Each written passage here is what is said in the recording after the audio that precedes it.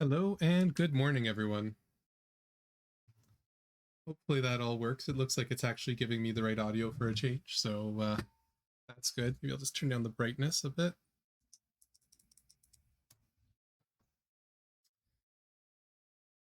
So, welcome to our 2022 year in review. So it's been, I think, just over a year since I'll say, more formalized how the system runs and is operated. And it's been a pretty big year. So on this stream, I'm going to try and go over a lot of the changes that have happened to code.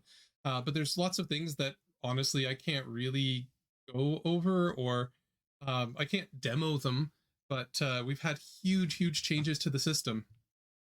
Okay, let's see. Turn that up a little bit.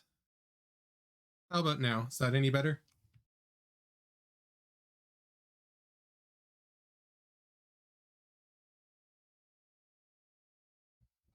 So, I suppose that, I mean, really the biggest news over the past year is that the system has, I won't say been picked up by Paizo, but Paizo's recognized it as an official system.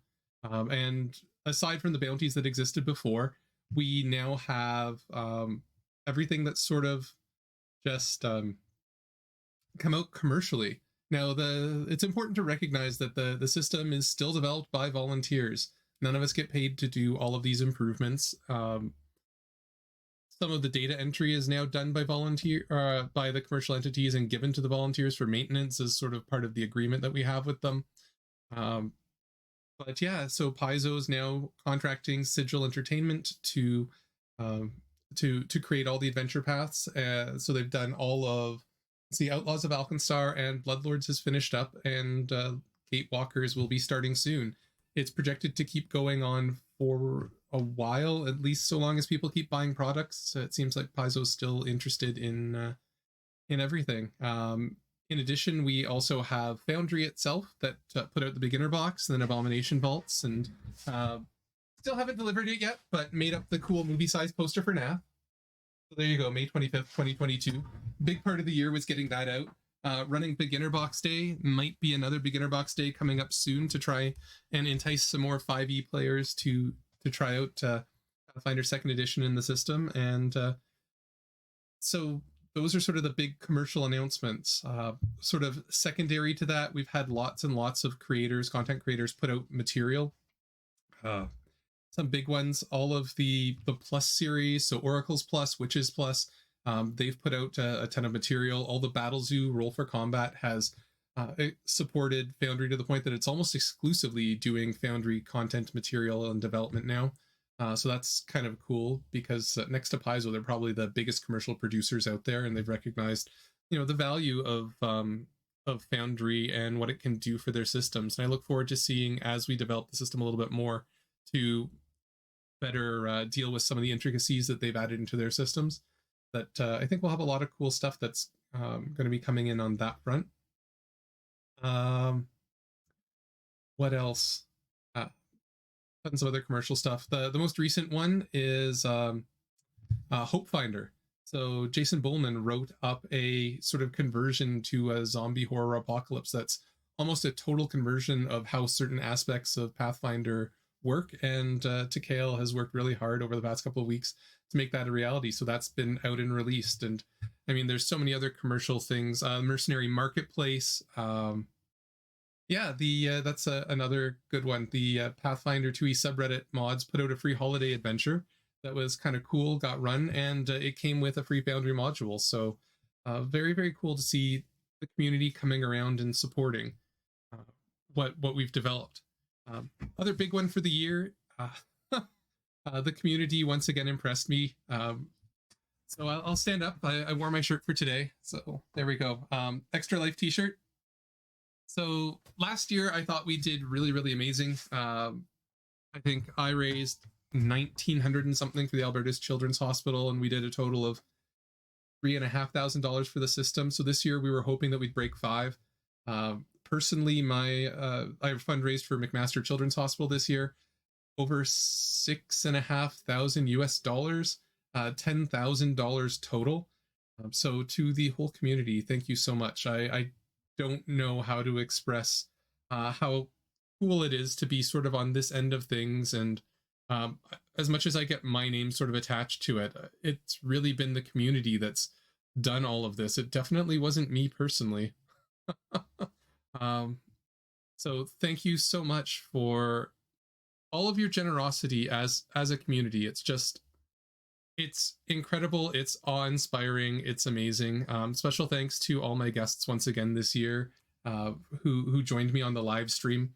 I think we're all looking forward to doing it again next year. So I'll try and have back GM Steve from Recall Knowledge. Yeah, please check out his stream. It's probably the preeminent Pathfinder 2nd Edition stream. They're currently running Outlaws of Alkenstar.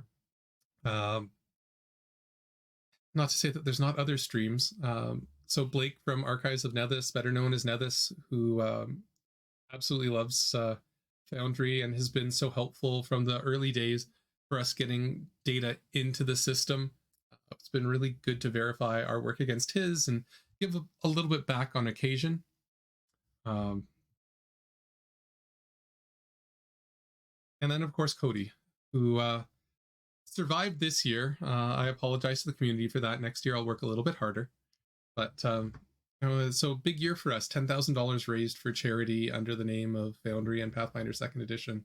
So thank you all for your donations. Still time left today, unless you're in Australia, although I think they probably cut off Eastern or something, to donate. Otherwise, I suppose starting early next year, we'll start up year number 3 and reset the counter to 0. I have no idea what we'll set as a goal. I think $10,000 is pretty amazing. I don't know that I want to ask the community for more, but again, thank you so much for all of your generosity. It's absolutely fantastic. So very much appreciate it. And with that, I think that's all of the external to the system things. Big year this year for just content. I didn't make up another chart. Previously, at the end of last year, I sort of did this linear graph of commits sort of per month, showing how linear the commits have been to the system. And, it's just sort of ridiculous that we've been on this constant pace. And for 2 years, I'm like, yeah, we're definitely going to slow down. We've got this system pretty well nailed. And every single time someone says, hey, this would be a good idea, or especially Shark's like, I want to automate this. And then he just goes off and does it. And, 800 commits later. Well, you know how it works. The link for the holiday adventure from Reddit. I'm sure someone will drop it into chat. I don't know that I can find it super quick, but they did advertise it. You can definitely find it on the PF2e Discord. The actual one that goes with the subreddit, they advertised it there. Otherwise, it was maybe a pinned post on the subreddit itself. But it looks like Takale will go and grab it. So I suppose without further ado, I want to show off some of the incredible work that Shark and Soup and Takale and Drental and on occasion me and a couple other people have put into the system. A lot of these, if you've watched a bunch of the video change logs that I've been doing, it'll all seem kind of similar. That's sort of what I'm going with on this one. Again, it's just to sort of remind everybody that last year it wasn't like this, and that these are all improvements in the past year alone. So let's go and let's look at some of the cool things that have happened this year.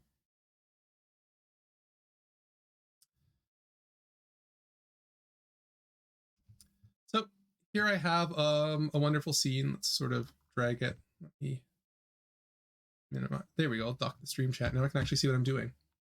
Okay, so here we have a setup, a bunch of our iconic heroes. So some of the cool things that we've done, especially with Foundry version 10, is we've worked on the lighting. So the lighting in here is presently set to nighttime because we're sort of underground. So it's below the little threshold in the moon. We've got a bunch of lights in here, and so I can probably go and just turn those off. So you see there's still some illumination because very cool map from the premium content map pack for Forgotten Adventures. Now, if we look at our lighting, so there's a couple lights that are still on from this, and then a bunch of the rest of the lights are off. So if we go and look at our different characters, so Merciel, she has dark vision because I changed her from a whisper elf to a cavern elf, so I had something to demonstrate. So you can see in the light, she sees things in light. In the dark, she sees things in dark. Sila, however, does not have that advantage. It's just a regular human. So in the light, she can see Kyra and Merciel. But one of our new detection modes, she can hear Seoni and Valeros and Seijin in the dark moving around. So one of our cool things, but let's say Seoni decides that she wants to sneak, and so she can become undetected. Sila can no longer hear her because she's taking extra precautions. So that's something that we've added, throwing in especially undetected as condition to make it nice and easy. You can do it that way, or as a GM, you can always just hide the token, and then it won't be seen either. So it lets us bring a lot more into the reality of the system and actually making people play by the rules. And it's interesting to see the community's feedback when we did things like this, because this is technically rules as written, and we're working really hard to try and make the rules as accurate as we can. It does let some GMs do some really cool stuff. So let's bring Merciel down here. And so behind the door, I've stuck a zombie. And we'll say Merciel, she's going to roll a perception check. And I don't really care the value because I'm just going to say that succeeds. So she leans in against the door. And what you can do as a GM is you can go in and edit the door to allow sound to pass through. And all of a sudden, Merciel now will, when she looks at the map, hear that there's something behind the door. And so that's kind of a cool feature. And I think it's something that GMs aren't quite exploiting yet. But this is the sort of role play that you can get in for your players. That, hey, I can do things like this now in Foundry that otherwise you couldn't do. So now doing those perception checks, checking for traps, and listening to the door, they really do matter. So that's one really cool thing that's come as a side benefit to us automating a lot of the material.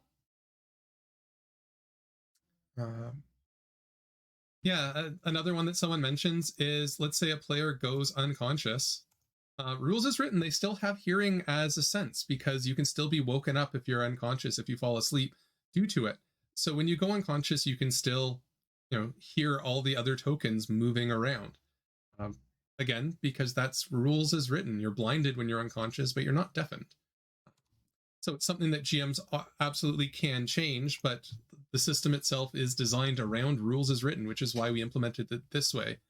So for anyone who doesn't like features like that, please go complain to Paizo, not to us. We will definitely change it if they are out of the rules, but until that point, we're trying to do as best as we can, and we've worked really hard to leave things open for hooks-wise for modules to hook in and change default behaviors, because we understand that lots of people don't like things particularly exactly rules as written, but that's still the angle that we're going for.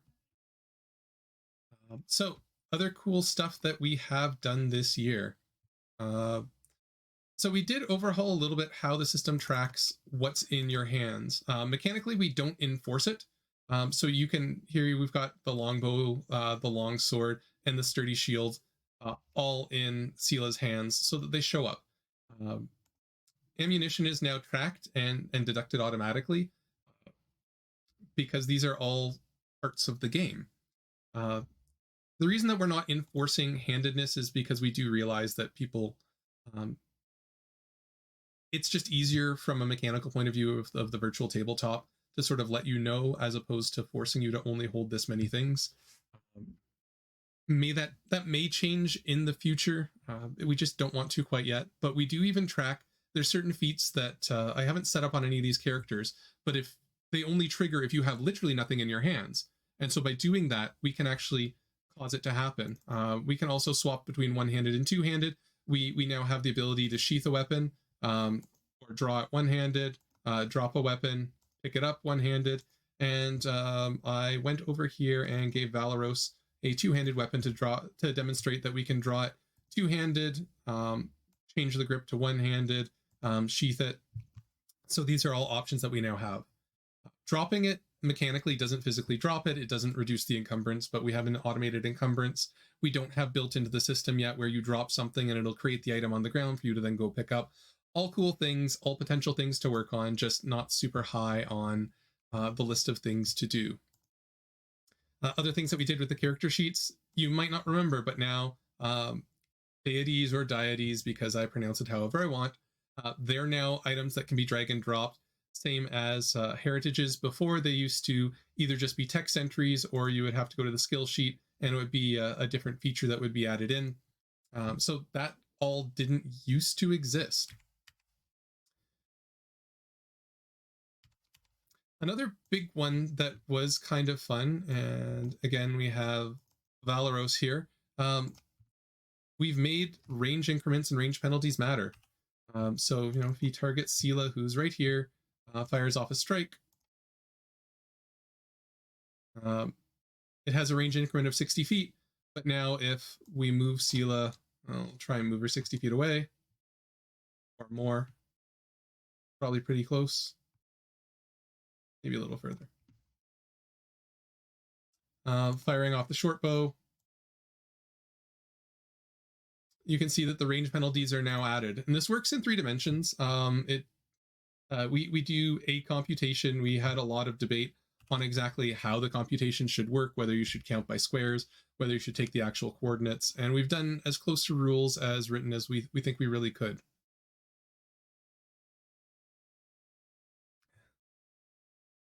Any plans to automate cover based on walls?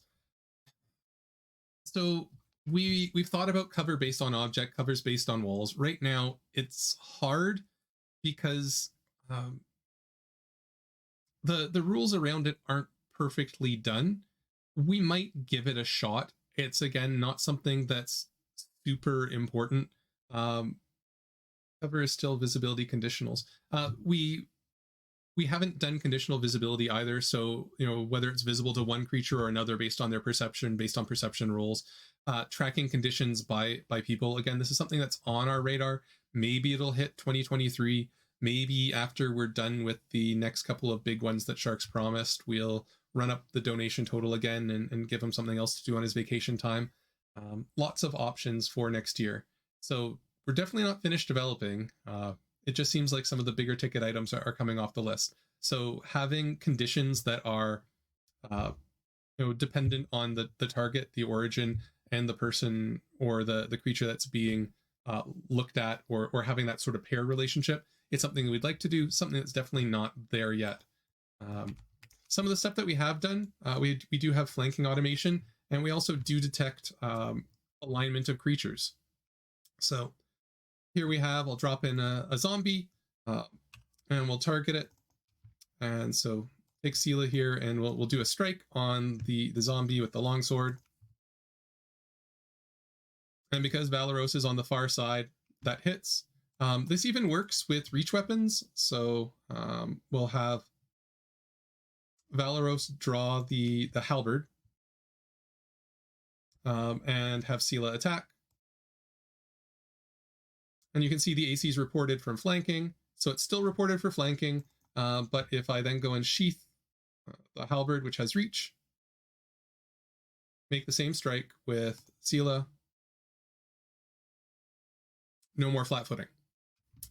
We also have done things like make gang up work, which I haven't added yet to Mercial.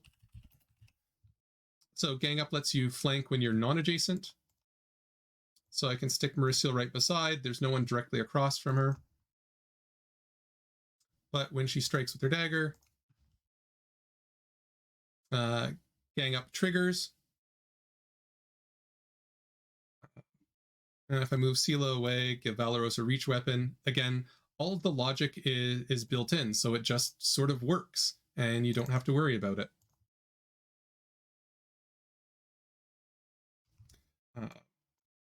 We also have worked in logic where so Mercial's in the middle, but she has the deny advantage feat. So when the zombie goes to attack, even though she's flanked, no change to her AC. We've also worked in the concept of teams. So if I go in and configure the zombie shambler to be in the party, and for some reason Mercial just really hates the zombie and wants to attack it anyways. Valero says, "Hey, what are you doing?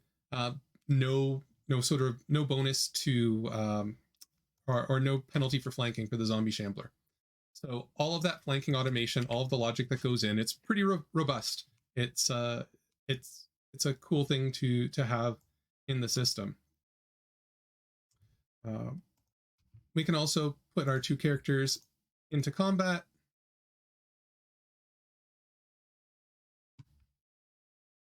And we auto-expire effects now. So let's say that Kyra decides to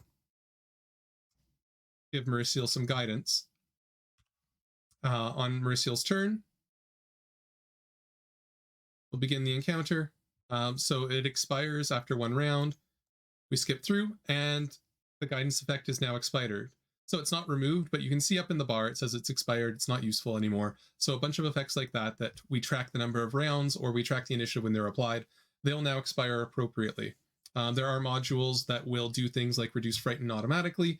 It's, again, something we haven't automated because there's a lot of edge cases.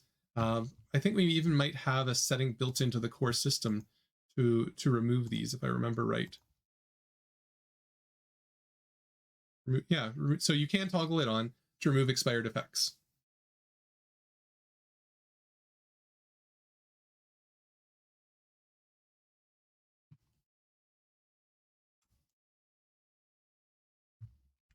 One of the other big ones was, and a lot of credit to Soup on this one, was refactoring all of the spell logic. So this was one of the bigger accomplishments of the past year.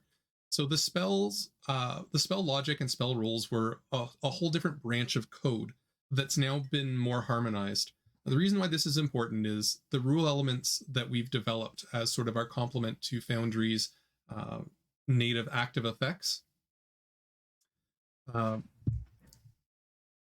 They are really, really extensible. They're really, really usable. And on the old rule code, they couldn't be reached by spell effects. But now we have things like spell effects on dangerous sorcery, which I've given to Seoni. So if we look at dangerous sorcery, there's now a rule that says, if you cast and you do damage, you get the level of the spell that you've cast based on the spell slot being a non-cantrip. So it's the spell slot item, a duration that is not 0, and a damaging effect. So here you go. Your legacy grants you destructive power when you cast a spell from your slots, so not a cantrip. If the spell deals damage, so it's a damage dealing spell, and doesn't have a duration, so the duration 0, you gain a status bonus to that spell's damage equal to that spell effect. And that's exactly what the rule says, and it now works. So if I target the zombie and cast one of her spells from a slot, there we go, we'll cast a lightning bolt. And we roll damage on the zombie. So you can see that the dangerous sorcery value of 3 is added in because it was a 3rd level spell. And then if you were to apply double damage, because it's going to definitely crit fail this reflex save at 0. So you roll double, and it does double that the way it's supposed to, other than, of course, the zombie only has 20 hit points, so I can't actually do that.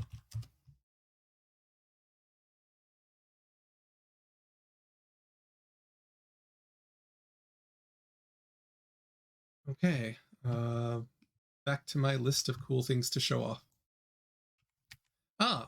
So we do now have, in our effort to make things a little bit easier for players, we've created user interfaces for some of the rule elements. A lot of them are still the JSON coding, which is more go to the wiki, copy, paste, change the things that you want. But we're trying to make it a little bit more accessible to people who don't want to learn all of that sort of thing. So if I go in, I can create a new rule. One of the ones that we have is the flat modifier.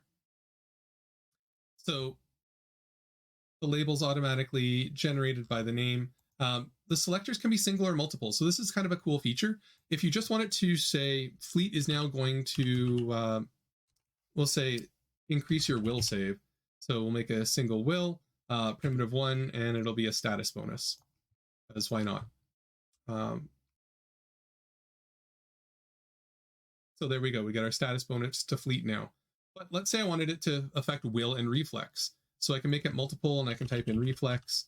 And now this same bonus will now apply as a status bonus to the reflex save as well. So the user interface here is so that you can say, I want it to affect these things. I want it to change it by this much, and I want it to be this type of bonus. If I only want it to be some of the times, I can put in predicates. The formatting behind predicates will probably change, because right now you sort of have to put in all the brackets. So it's still a little bit harder to do. But it's definitely a lot more intuitive than getting a prompt that looks like this, where you just have to type everything in and know what it all means. Will we do more of these as we go and update the system? Absolutely. We do want to make it more accessible, but it's something we need to make sure works, something we need to keep doing over time and not to do too quickly, because again, we really do want it to work. We want to make it easier. We want people to be able to homebrew and make changes and use the power of the system as easily as possible.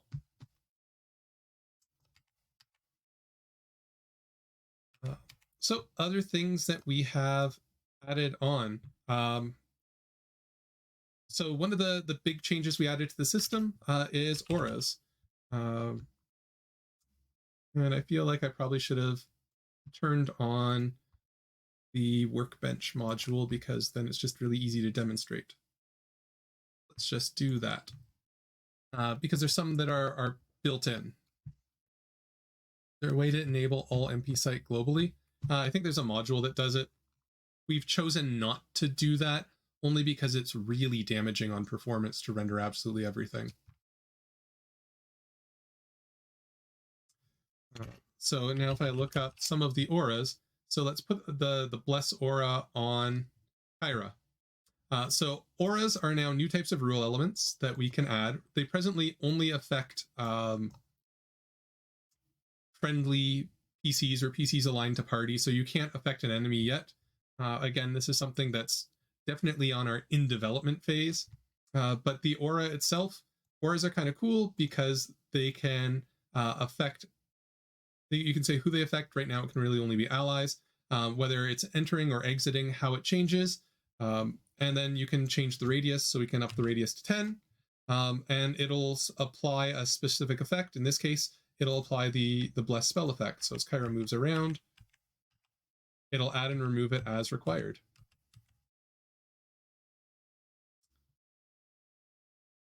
So that's a neat one. A lot of it right now is visual. Some of them are automated, not many. This is something that will come over time as we develop the system more. It's just one of those things that's in, that can be used. Simon's made a couple of really cool macros that already sort of start exploiting some of it. More definitely coming in 2023. Yeah, that's a good point. The difference between an aura and an emanation and how Paizo uses the terminology does trip up a little bit. There's a lot of people who think it should be one way, and in reality, it should be another. Oh, I wonder, do I have the wrong Twitch chat? Yep, that's why that's not working.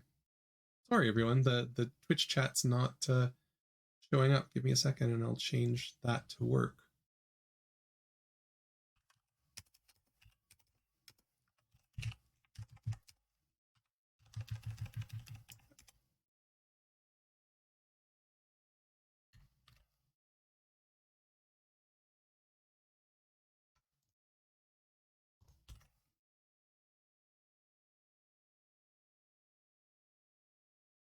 So I'm not sure if that will change it or it'll start. No, it's not typing yet. I wonder what I did. Oh, wait, there we go. Yay! Because of the partnership, are you better able to directly ask them for clarification on those inconsistencies? We can ask, just like anyone else, but there's technically no partnership between the system and Paizo. The partnership exists between Foundry and Paizo. We provide lots of advice, we have input, but there's no formal partnership because we're just a group of volunteers. We could all disappear tomorrow. So part of the change last year was that Foundry assumed responsibility for the repository.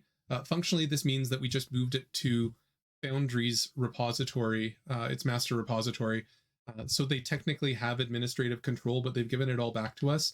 The reason is to give Paizo and other commercial entities the confidence that we're not going to up and take away the system tomorrow and all the money that they've invested would be lost.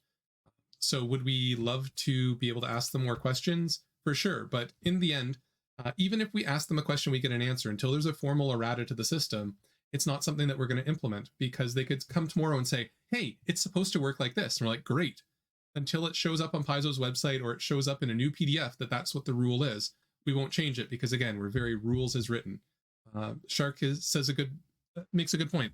We are literally just customers like everyone else. When the data entry people do the data entry, they buy the books so that they can do the data entry. A lot of us are subscribers, so we can get it a little bit early. On occasion, some of us do work for Sigil, and Sigil will do data entry and then give it to the system. We'll incorporate it around release date so that it'll enable their commercial module, and then the system developers take over responsibility for all those actors that they'll then pull and bring in, so that way Sigil doesn't have to have a massive maintenance contract, and it's something that the system's already doing anyways, so we've divided up who's doing what and why.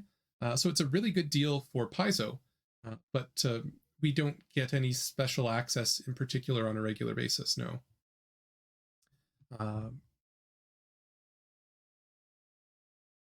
So back to my list of things to try and take care of. Okay. Proper innate spellcasting entries. So yes, we now have innate spells that actually work the way that they are supposed to, as opposed to the sort of the kludge that existed before. So let's drag in cantrip, and then we'll go with a couple spells. So we have these, they work, they have the uses, and another cool feature we added is if you don't have a spell at that level, you can toggle the visibility to make it go away. We can also change information afterwards, because it sort of sucks. You might want to update the name or the type, and that we can now do. You'll have to do some of it manually, but that now works the way it is supposed to.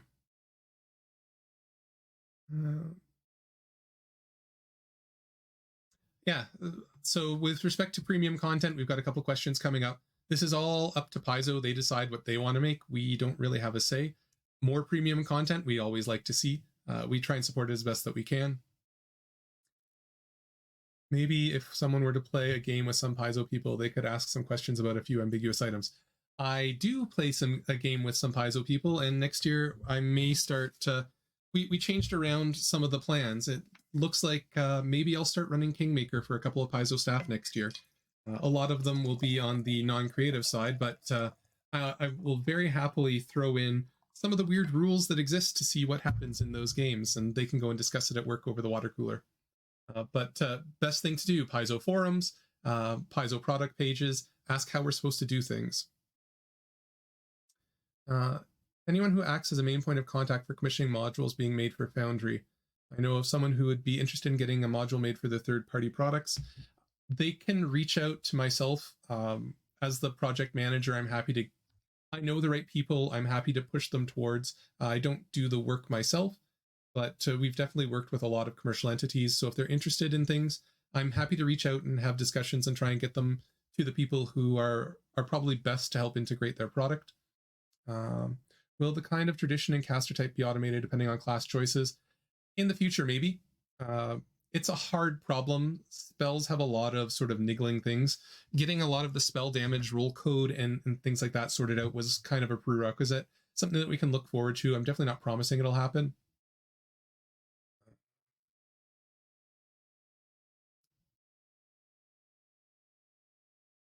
I just got here. Anyone able to give me the TLDR up until now? The TLDR is I'm demonstrating a bunch of cool stuff, things that have gone into the system over the past year, and I talked about a lot of the commercial stuff, and I'm going to keep going with a bunch of the things that are done. When I'm finished, I will definitely put up a YouTube link, probably way later this afternoon, with a bunch of links to the cool things that I've demoed. Support for multiple class DCs and better automation. So here for Sila, I gave Sila the rogue dedication. So rogues have a different key ability than champions normally have, so it's strength versus dex. And so you can see the class DCs for champion and then for the rogue dedication below. So that now works. And if you have certain things that key off of different dedications, it will pull off of those various DCs instead. So that exists, and that's kind of a cool thing to add on. We've definitely fixed some spell level heightening. So now Divine Font cast to the highest spell. So some of the cool stuff that we've done, base 1 plus 2 because it's a 3rd level spell. And we also now have variants. So let's say you want to cast a 1 action heal. You can cast the heal, you can require the Fortitude save. Or I can say, well, I actually meant to cast a 2 action heal instead of 1. So I can roll that again. Or if I'm targeting undead, I get the Fortitude save so that they'll have to roll it. Or a 3 action heal.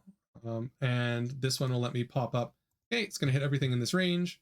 It's going to do this amount of healing.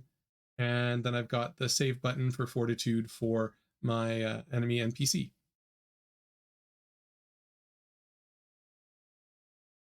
So big changes to spells to make them a little bit more useful. Probably lots to do there for next year with respect to making it work a little bit better.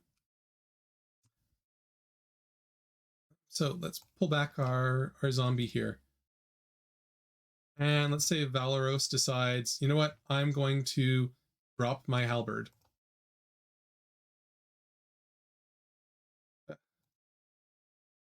So there we go, for the sake of it. Look, I dropped a halberd. So there's now a halberd on the ground. The zombie here sees the halberd, so he can pick it up. One of the things that we can now do is quickly create a strike. So right now it's got a fist and a jaw attack, but boom. Now it has a halberd attack. It, based on the level of the creature, creates a value for the strike and the expected amount of damage. And so now with its second action after picking that up, it can take a swipe at Valeros with the halberd. So that's something that's really cool for the data entry people. It's been very helpful. It automatically populates all the traits, and then it's not fixed, so you can go in and you can edit it. It's like, oh, this is a zombie. It's a little bit. We'll drop it to 8. And Paizo, well, we added the +3 for strength, but really they put in the book it's +2 for some reason, or maybe it uses Dex, because I don't know why. So we can make it -2. We can change it up, and everything will still happen. Let's see if I can roll low enough. Well, I can just do this. 1d2 -4, we'll say. So we also now respect the rulings that there is a minimum amount of damage. Or not. I don't know what I just did. Okay. We've now made hand wraps of Mighty Blow work. So with the hand wraps, if you upgrade your strikes, so +1 striking, now when you do your different attacks, they will be +1 striking. So if we attack with the fist, because it's a monk, it'll go up to 2d6. If we attack with another part of the body, the hand wraps will still apply, so it becomes 2d4. Gets the +1 bonus to the roll from the potency rune. So all of those unarmed attacks are now affected by hand wraps of Mighty Blows. So that's kind of a fun one. We also added in automation for thrown and for thrown weapons and for combination weapons. So you'll see now that Merciel has her normal melee attack, but as well as a thrown attack. So it changes here because on the melee attack, she gets the +4 because she gets the dex bonus. On a thrown attack, she only gets +3 because thrown attacks are strength based. And so those all now exist. The range increments will apply. So if she's to target the zombie from all the way over here,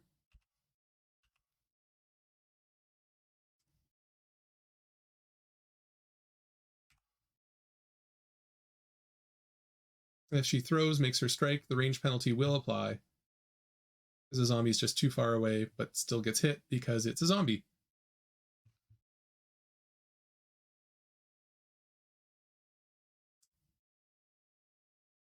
So let's see where is that in the chat. So master tab on the character sheet where you can put stuff. No plans, that would be a module. Someone is more than welcome to make it. The sheet's extensible enough to allow it, but not something that I see us doing anytime in the near future. Oh yeah, templates showing blocked regions. So you can see here that the Bless Aura, it doesn't have line of effect to these squares because there's stuff in the way. And so we'll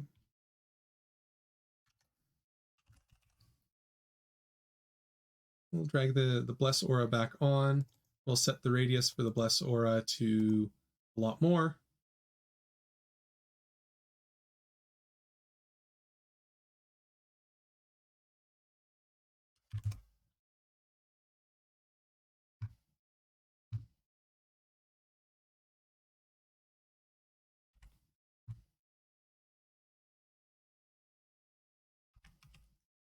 And so even though this is within the 20 feet, line of effect doesn't exist. So unfortunately, Valeros cannot be blessed.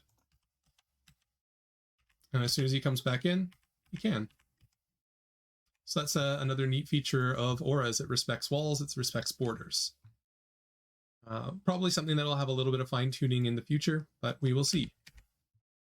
Another big overhaul that we did this year, we made hazards look nice and work a little bit better. Still not perfect. The strikes still use some old code that needs to be hooked into the new system, but we now have this nice new look. We can unlock, we can change some things, but you'll see it doesn't have Fortitude, Reflex, or Will Save. So there's no point in showing it off. You can change some things, not everything from the unlocked format, but everything that you need is there. You can also pop up checks. Checks like this will inherit all the important traits for disabling things. So someone like Mauricio, who has a bonus to disarm, will get that bonus. Oh no, it's on the saves that she gets a bonus. So if you do get a bonus that's or traps or hazards, then it'll automatically apply.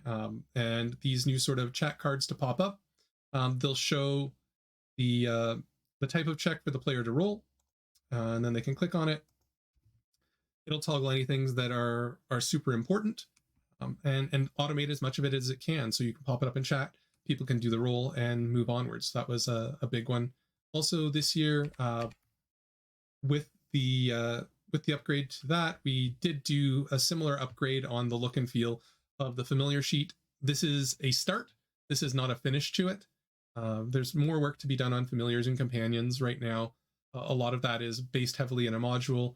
It's on the to-do list. It's just not there yet. And the module does do sort of, I won't say a crutch, but good enough for now.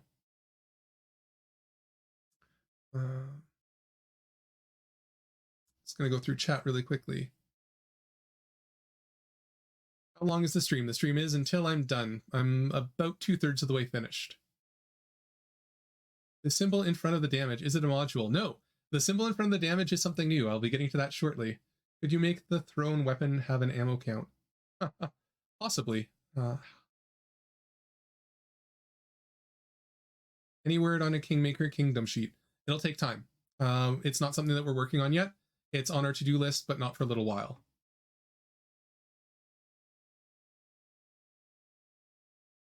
Way to hold a hotkey to show the skill checks. DC's on the monster sheet. I don't really know what you mean, but that seems like module territory. Okay, one of the other cool things, we have our zombie here. Let's say it does a strike on Mauricio and she gets Secret Zombie Rot. So I've created an effect. Secret Zombie Rot, it's a -1 times a value to saving throws and AC. So she fails her check, and you'll see that her AC is down due to Secret Zombie Rot. If the condition gets worse, it goes down further. Same with her saves. And if Mauricio was to go and inspect her sheet, she wouldn't see that she has Secret Zombie Rot. Only the GM does. Now I can toggle the visibility so it can be seen, but you'll see up in the corner the highlighting and the blue text means only the GM can see this. So if a player's logged in, they don't know they have this effect on them. If they roll stuff, it'll probably still pop up, but it won't. Well, some information will leak through, but it's definitely a cool start for saying, hey, why isn't my modifier as high as it should be? Something's going on. We also have now counters on effects. So before it was relegated to things like sickened or frightened that were built in. Now you can create any effect, and using the relatively simple code of the item's badge value, so at item.value.badge, you can do increases or decreases based on custom conditions or effects.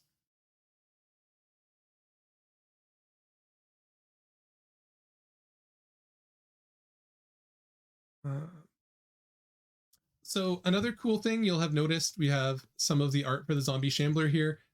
We now have the ability to map art directly. This is something that's accessible to anyone. However, it is done in particular for commercial uses. So all of the adventure paths and other things that are out now use this internal mapping. Anyone can make them. It's also spread to other systems. You can see now anything from bestiaries 1, 2, and 3, because I have the token pack installed. They automatically have all the map in, or the tokens in. You can drag them to the map. They look pretty. If you go to the bestiaries themselves, all present. And this is all an external mapping. So whereas PDF to Foundry, it implemented it on drop, now everything is just in automatically if you map using the built-in system. So that's a very cool thing that's added. We did make the system v10 compatible. I'm using v10, so I don't know how to demonstrate that, but look, hey, version 10. It was a very, very large change. A lot of the journal structure change took a ton of work.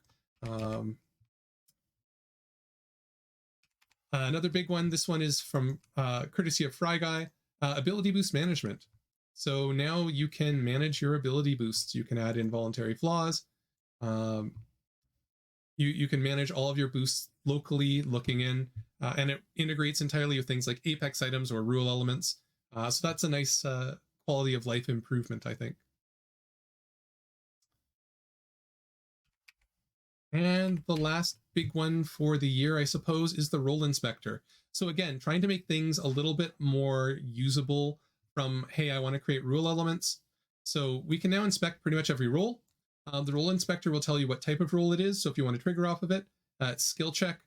Here's the tags that are based on it. So it's acrobatics, all checks, something that says acrobatics, all checks, dexterity based, dexterity check, or skill check will trigger this type of role. You're in an encounter, so things that only apply in an encounter you can predicate off of, different ability scores, what you're wearing, what class you are, what defense you have, what feats you have or features you have. So whether your hands are free or hands are truly free. So there's the free hand effect versus having absolutely nothing in your hands. This matters for some feats. Where a target came from, any different things that you have on yourself, your levels of training for different things, any conditions you have on yourself. So all of the different possible modifiers are built in. So if you want to roll off of a particular feat based only on a particular type of skill check, that you can all do, and you can see all the modifiers that are triggered here. Very helpful for figuring out how to add stuff in. So that's not everything, but I think those are the really big, cool things that we've added. Let's look. Journals took some time to get used to. I really like them now. Not a lot that we can do on that end. We are starting to convert over to Prose Mirror. It gives us a lot more opportunities to make cool things happen. Will we get the settlement stat blocks in the system at some point? Yes, when we create a method for doing settlements. We just haven't done that yet.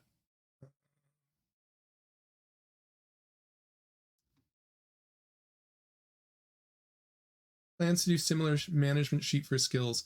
I don't know about a management sheet, but managing skills is something that we're looking at. It's one of the charactermancy features that we're still missing. Something that's nice to do. We're just not there yet. How far down the line is something support for something like dual classing? There's a macro that does it, so it's pretty far down the line because the macro works. I don't know that we'll do any more. Any potential changes for casting from staves being better implemented? There's a module that's just come out that does it.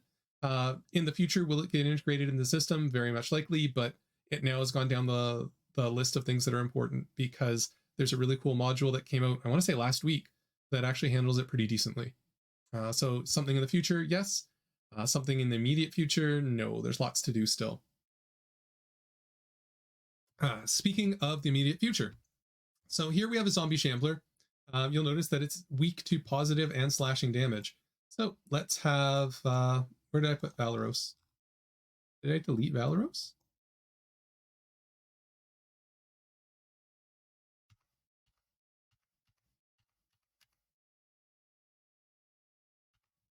Oh, I guess I deleted Valeros. That's not helpful.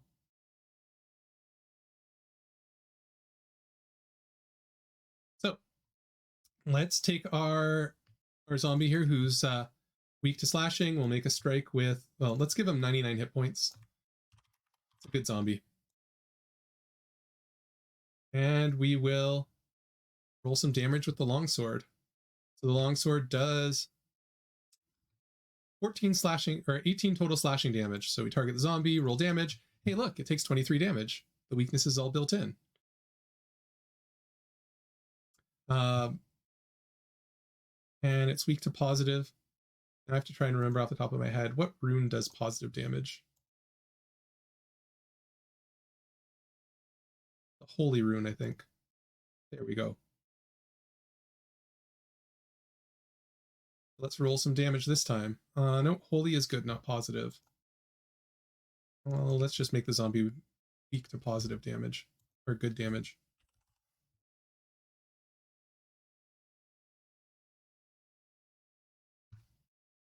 And Valeros will roll some damage again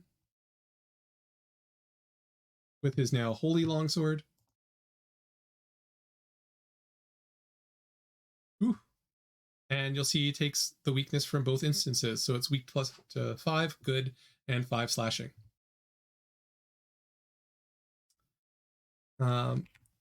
Let's pull out...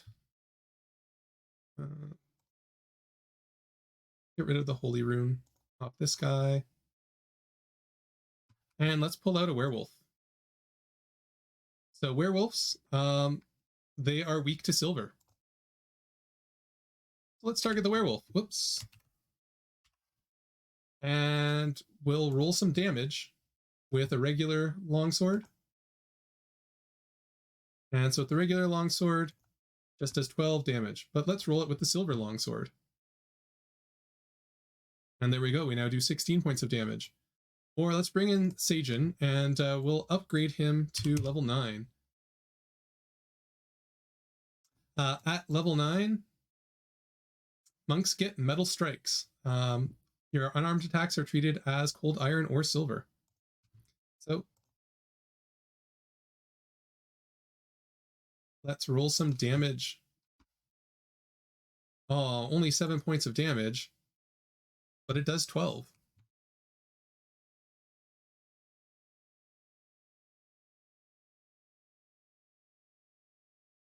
For PDF to Foundry, any word on when it'll get ported to V10?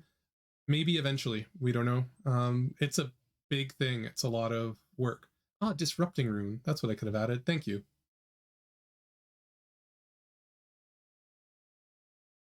Weakness is automated. Weakness isn't the only thing that's been automated. It's still working, but let's break out our Balor. So on Valeros, I have added a +1 striking flaming cold iron staff. So let's target this guy. So it's weak to cold iron, good, and immune to fire. So let's see what happens when I roll damage with my cold iron staff. So normally I would do 10 points of bludgeoning, 3 points of fire. And it takes 34 points of damage. So because it's +20 due to the cold iron, -5 due to immunity, or to cold iron, and -3 due to the immunity of the fire, because it only did 3 fire damage. So the 17 gets reduced to 14, which is there. The 3, or and then we add 20 on top of that, so we get 34 total damage. I think that's... Let's make him... give him 10 resistant to bludgeoning. And we'll roll some more damage. See if we can get a little bit more. Nope, still 10 bludgeoning. Try again. I think that's worse. I'm going to give him resistance 5 to bludgeoning.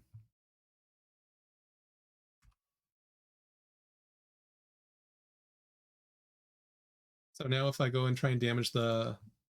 It's only going to be 28 damage because it's weak to cold iron, so plus 20, resistant to bludgeoning 5, immune to fire 2.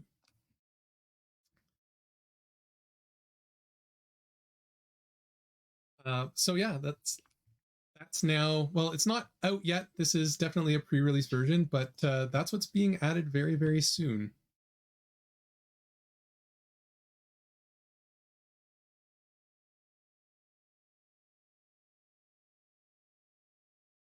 Alignment damage working too. I don't know that we've touched alignment damage. Wait, is this PF2e version out? Not quite yet. It's done, but still in testing. So soon, very soon. How much do the players see and how much control do you have over that? Well, you can always just turn off using high GM rolls the amount of damage that they see. There'll be a bunch of options that will build in. Right now, we're just getting it to work. Yes, so a new menu to add resistances. It's because resistances are no longer freeform. They now have structure. There are still some WISOs that we have to deal with. How does this work for thaumaturgy? Good question. For now, it sort of doesn't yet. Keep in mind, this is very, very, very new. We'll see about how much we can get integrated in the near future. It's not a simple thing to do. So for now, it doesn't. You'll still have to do that a little bit on your own. Sorry, thaumaturgists out there. That being said, for a thaumaturge, you could create rule elements that do generate lots of different resistances, and that may be some way that we go in the future, but that'll be up to you at this point in time. We're getting this done. It works. There are definitely going to be limitations. It's to the point that you might not even want to upgrade immediately, although it is really cool and very helpful. But not everything is covered yet. Right now, it's definitely just the basics. There's still more work being put in. It's just kind of cool to be able to demo and say, hey, so this is why there haven't been a whole lot of release streams. This has been the big push lately. And I think that's all that I have to demo for today.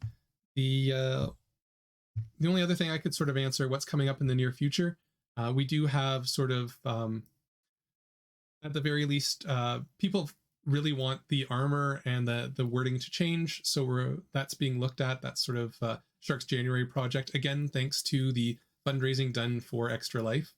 And double thanks to Shark for being willing to spend so much time. I think it's important for you to realize how big a change this IWR is.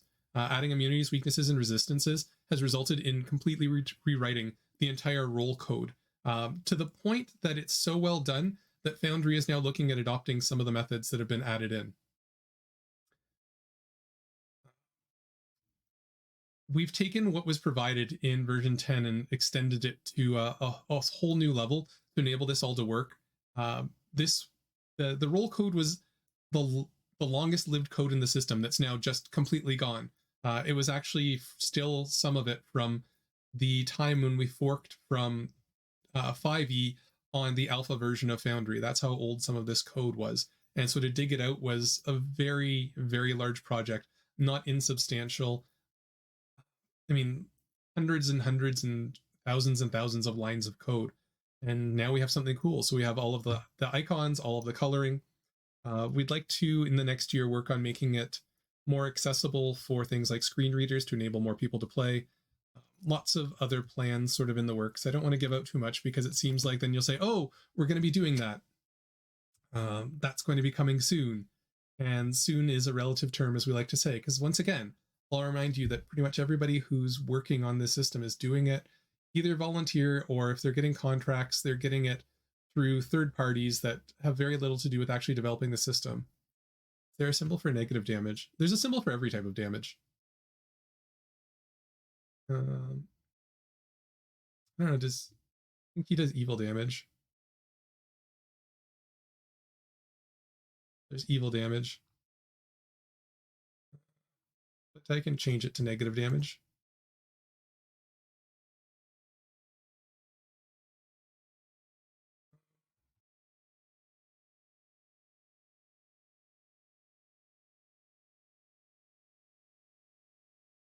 So there you go, negative damage. Emotional damage. We haven't added a 1d20 logo set on a 1 yet, but we'll think about it.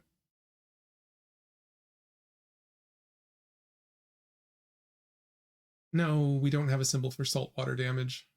Saltwater damage to that one creature is a very annoying thing.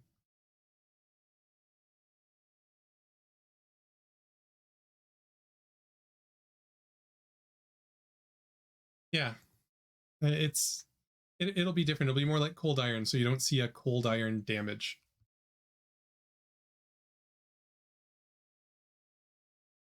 Not quite sure why Christmas is ruined, but I'm sorry. So with that, I'm happy to stay for a minute or two to answer a couple more questions if anyone has them. Otherwise, that is our Foundry year in review. So it's kind of neat to take a look back and see how much things have changed just over the past year.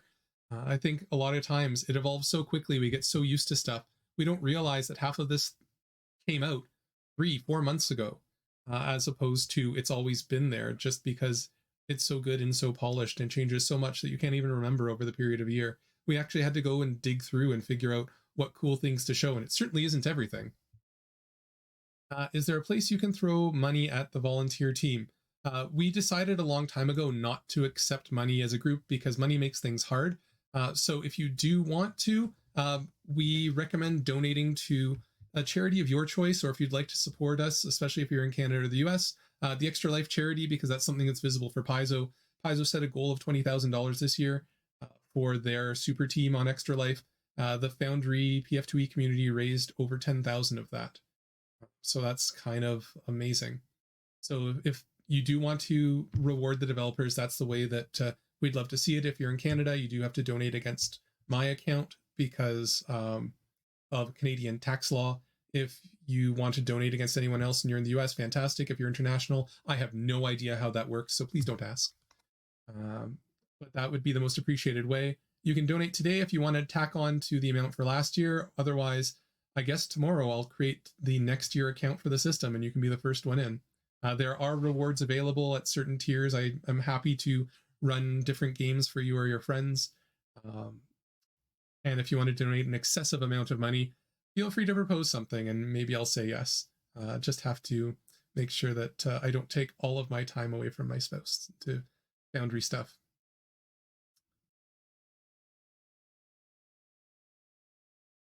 Give the Baylor. Oh, yeah. Persistent damage. Let's do that. Let's add some.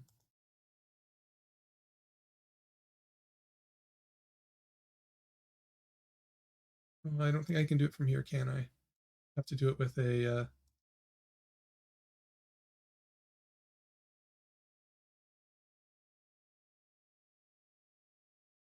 I'd have to do that with a rule element, wouldn't I, Shark, at this point?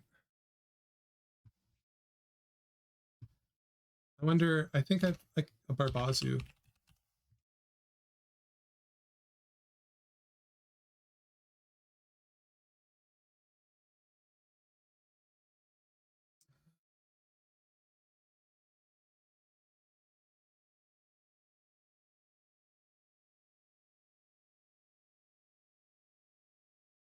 No, it didn't work.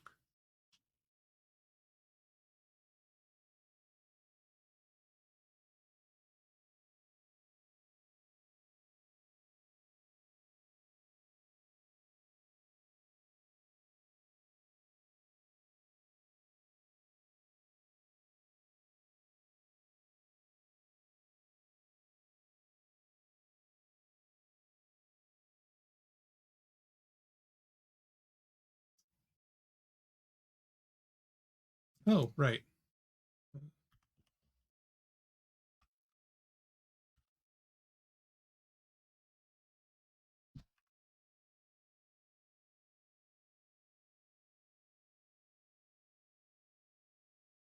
I think I have to add him to combat, though, don't I?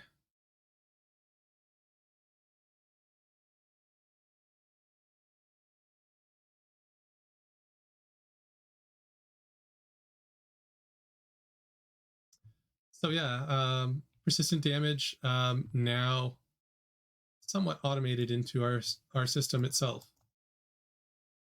So no more module needed.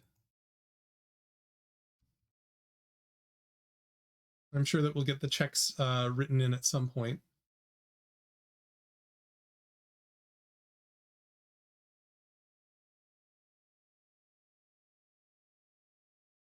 With the exception of IWR, what's the hardest things to add into the system? There's lots of things. See any weird things that Piezo does.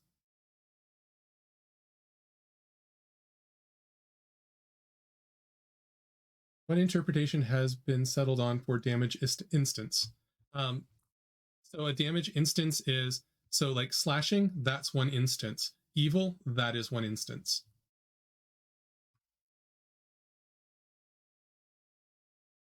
So any of these boxes, any of these that get divided up, those will be one instance of damage.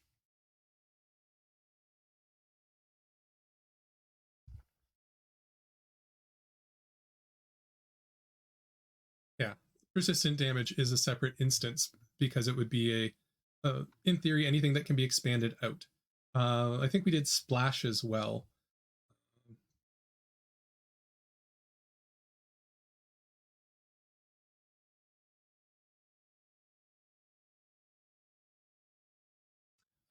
You could uninstall soon, not yet. It's not entirely added in, but it's definitely really close to being added in. Are you excited for all the complaints that champion reaction is broken when people find out how resist all works? That's not a me problem.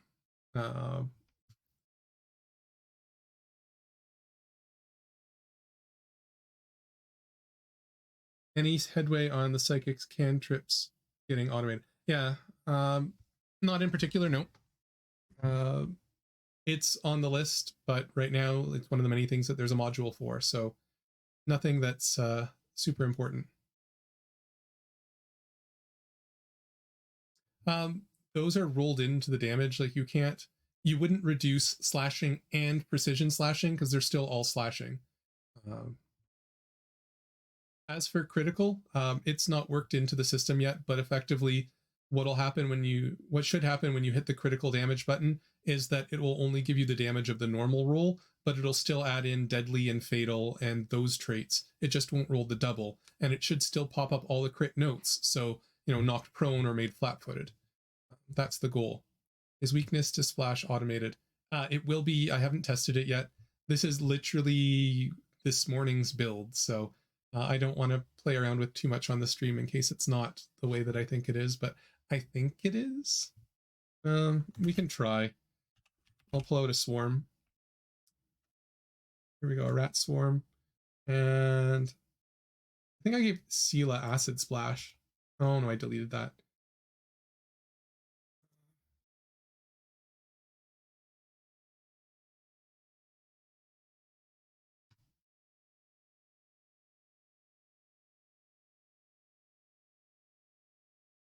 Oh, we don't have that. So here we go. We roll damage. Oops, not roll damage, apply damage.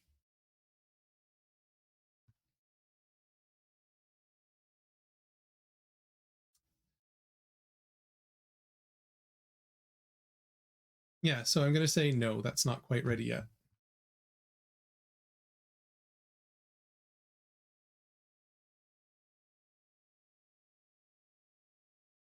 So, like I said, this is definitely work in progress territory. If you're expecting it to work perfectly out of the box, we're not quite there yet, but definitely soon. You can see that it mostly works, and it's now just a matter of hooking things in and then doing a lot of data entry to get everything up to snuff.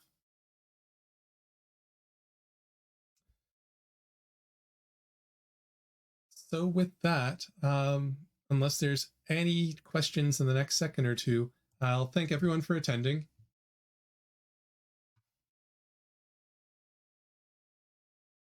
And wish you all very, very well in the coming new year. Lots of cool things happening. Hopefully you appreciate everything. Talking about persistent damage, if I have two fonts on the same strike, can they sum to create an instance? I don't know what that even means. The way that persistent damage works is that you can only have one of a particular type. If you apply a second one, what the system will do is calculate what the average or the expected value is, and it'll keep the higher of the expected values, which is as close to rules as written as we can get. We're working on things where, you know, one type of persistent damage will last until a certain thing happens, and another type will be finished sooner. So like a Babazu has a DC 20 for 1d6 bleed, but then if you had 2d6 bleed from a DC 15, the 2d15 should be kept until you remove it. And there's lots of weird edge cases with persistent damage that we haven't really sorted out yet. Like I said, this is a first cut. Not everything's going to be done perfectly, so that's your warning, but a lot is.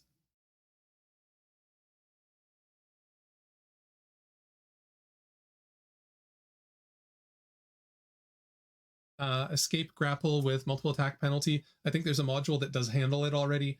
Is it something that we'd like to work with in the future? For sure. Not sure how that would integrate or how it would look. The creature's photos or anything I can do? No, that's a module problem about the hovering. You'll have to talk to the module author and get them to not do that thing.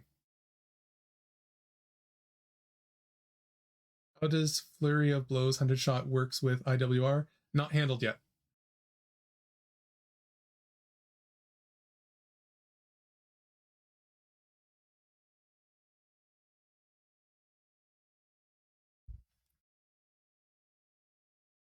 Well, with that, thank you all for showing up. Thank you for taking a look at all the cool work that's been done over the year. Hopefully you're enjoying playing with the system. We're always happy to hear from people, but do remember that we do our best to make interpretations work. In the end, if you don't like how we've interpreted something in the system, you can read our counter FAQ on the GitHub to see why. Otherwise, you can blame me, because in the end, I'm the one who gets to decide what rules is written is. If there's ever a conflict and we can't internally figure it out. And chances are I'll just redirect you to Paizo anyways. So other than that, thank you everyone for your support. Thank you everyone for your donations to Extra Life this year. I'd love to set a goal higher than 10,000 for next year, but I think 10,000 was pretty insane. We'll see how the community delivers, because I definitely didn't expect to break 5 this year. So 10 was amazing. Have a wonderful new year, everybody. And we'll definitely see you on future streams. Bye for now.